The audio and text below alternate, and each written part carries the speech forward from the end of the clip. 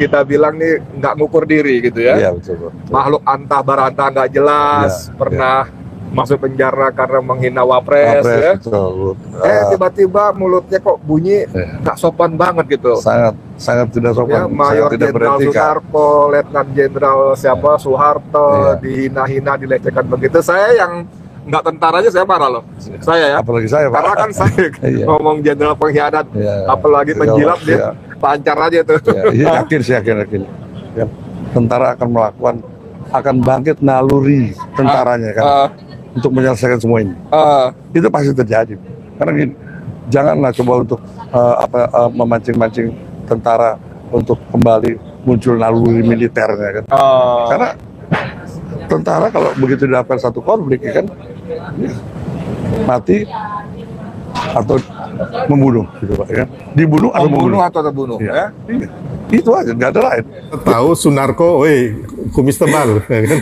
Kau pikir kita takut sama kau? Kau ini dulu ya kan, yang dulu ditangkap karena kasus makar, yang bawa senjata ini ya.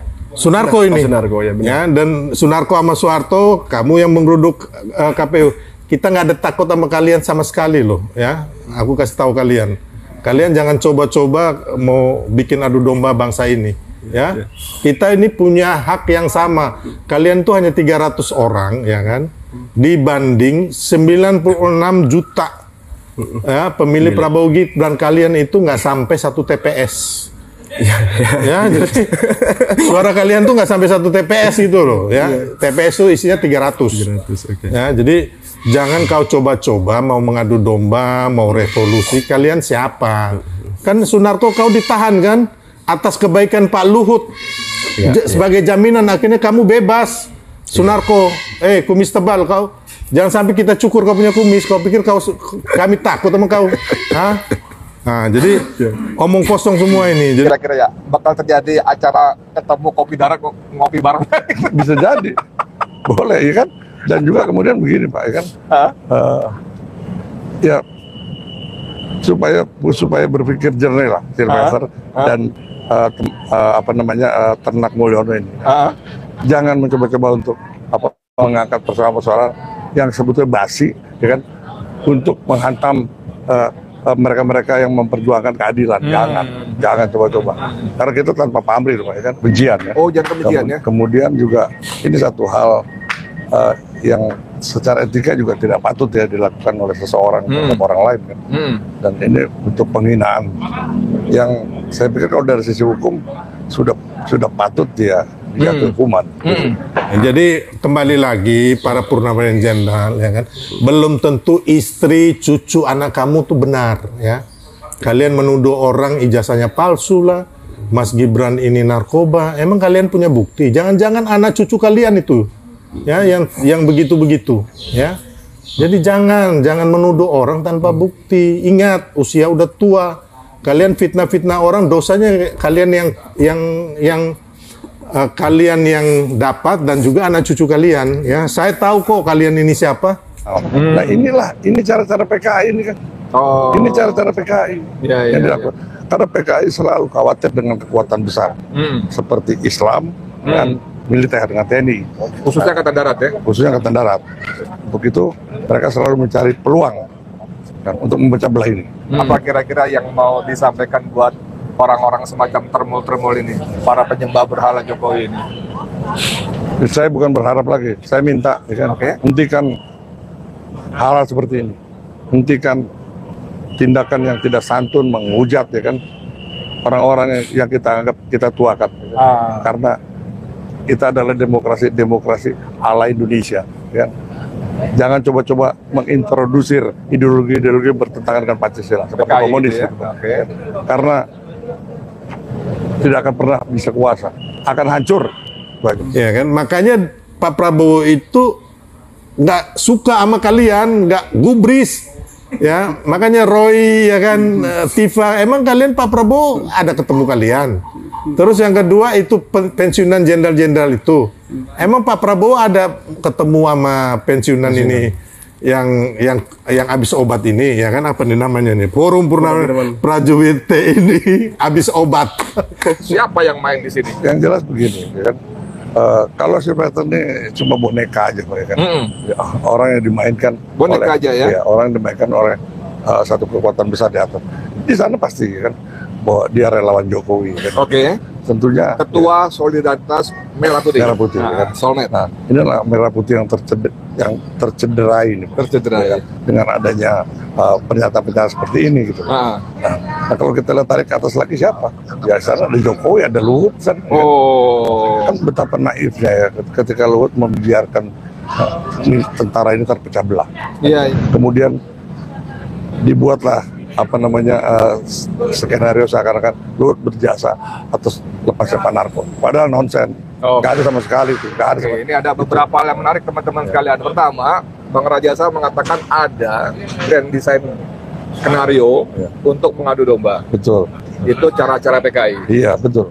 Yang kedua, beliau tadi secara lugas membantah ada peran Luhut bin Sarpanjaitan dalam pembebasan Mayor Jenderal Soekarno. Nggak ada sama sekali, nggak ada. Masalah tersangkut masalah senjata itu ya, dan tuduhan makar, tuduhan makar ya, yang sama sekali tidak terbukti loh, Pak. Bener-bener lama-lama obat habis bener, kalian bener-bener gila, nggak pakai sendal jalan di jalan-jalan itu ya. Jadi nggak pakai sendal ini. Iya lah. Jangan pensiunan di Tapi foto, sebelumnya ya. Ini kan rangkaian ke atas lagi, Pak, nanti, Pak. Ya kan? Setelah Luhut ada Godfather, ini ada Tuhan beneran ini di atas yang disembah oleh mereka. Ada dewanya, itu Jokowi gitu. Dan kalau sekarang Pak Narko sudah berarti mampu menyentuh dewanya, ya kan, berhalanya mereka. Ini kan bahaya buat mereka, Pak. Iya. Ketika Jokowi berkuasa, Pak, kemudian dia membangun kekuatan melalui relawan-relawan yang seharusnya kan bubar ya setelah Pak Jokowi, tapi ini tetap dipertahankan. Nah, kemudian relawannya terdiri berbagai macam unsur. Inilah yang dinamakan sistem sel di dalam pergerakan PKI. Ini sistem sel. Jadi dia membangun enklap kekuasaan. Dan kemudian setiap enklap ini menyebar juga untuk memperbesar massa. Nah, inilah yang namanya sistem sel yang dilakukan oleh komunis. Pak Narko tidak ada urusan apa-apa sama Sylvester, karena Sylvester bukan siapa-siapa. Tapi ketika dia muncul gitu, Pak, berarti kan ada pesanan yang ditujukan kepada Sylvester untuk menyerang Pak Narko. Gitu. Oke, saya nih mumpung ketemu orang intel nih, saya mau tanya gosip-gosip di luar, Bang. Samar-samar saya dengar ini dia dapat perintah langsung seorang jenderal bintang 4 aktif. Iya. Oh, bintang 4 aktif. Ya, bisa jadi. Betul ya? Bisa jadi. Gila. Karena kita ngelihat ya, kalau kita lihat siapa Luhut, siapa keluarganya, ya kan? Adakah yang punya jadi bintang 4 di sana, ya kan? Oh, tidak menutup kemungkinan gitu loh. Semua ini kan bisa terjadi gitu. Bahwa dia memberi perintah kepada Sylvester untuk menyerang Mas Narko. Nah, itu tadi karena kan ada ikatan keluarga dengan Pak Luhut gitu loh. Artinya ini perintah kekeluargaan gitu loh. Perintah kekeluargaan. Oke. Sementara sebetulnya konfliknya ya kan ada di Pak Luhut dengan Pak Narko. Artinya kenapa Pak Narko menjadi begitu penting di mata Pak Luhut? Ya, karena Pak Narko mampu gitu mengkritisi pemerintahan yang bobrok ini. Pak Narko punya keberanian untuk itu gitu. Dan Luhut juga tahu Pak Narko sejak militer punya prestasi yang luar biasa. Artinya dibanding Pak Luhut nggak ada apa-apa dalam segi militer. Oh ya, jelas lah. Itulah yang membuat kecemburuan. Gosip dia disuruh terjun dari helikopter. Iya, jelas. Ada itu beritanya. Betul ya. Itu bukan gosip ya? Bukan gosip. Ya Allah. Dan kau pikir pensiunan jenderal, kamu pikir kamu nggak bisa ditangkap? Woi, tangkap. Nggak ada bedanya kalian sama kita masyarakat biasa ya. Ingat ya. Ya, Sunarko kau juga udah pernah ditangkap itu. Habis itu dibebaskan, jaminannya Pak Luhut loh. Baru mereka bilang Pak Luhut penjilat itu. Kan kurang asem banget ini orang-orang ini. Nah, sekarang inilah tugas saya untuk menjelaskan kepada publik bahwa apa ini dikatakan Sylvester semua bohong besar. Ya? Tidak ada putusan hukum yang Pak Narko makar, nggak ada. Bahkan tidak bisa dibuktikan. Sehingga kasus Pak Narko dikembalikan oleh kejaksaan. Jadi yang sebenarnya gini. Tidak ada sedikit pun andil Pak Luhut. Oh, tidak ada dalam bebasnya Pak Narko. Satu bukti aja, Pak.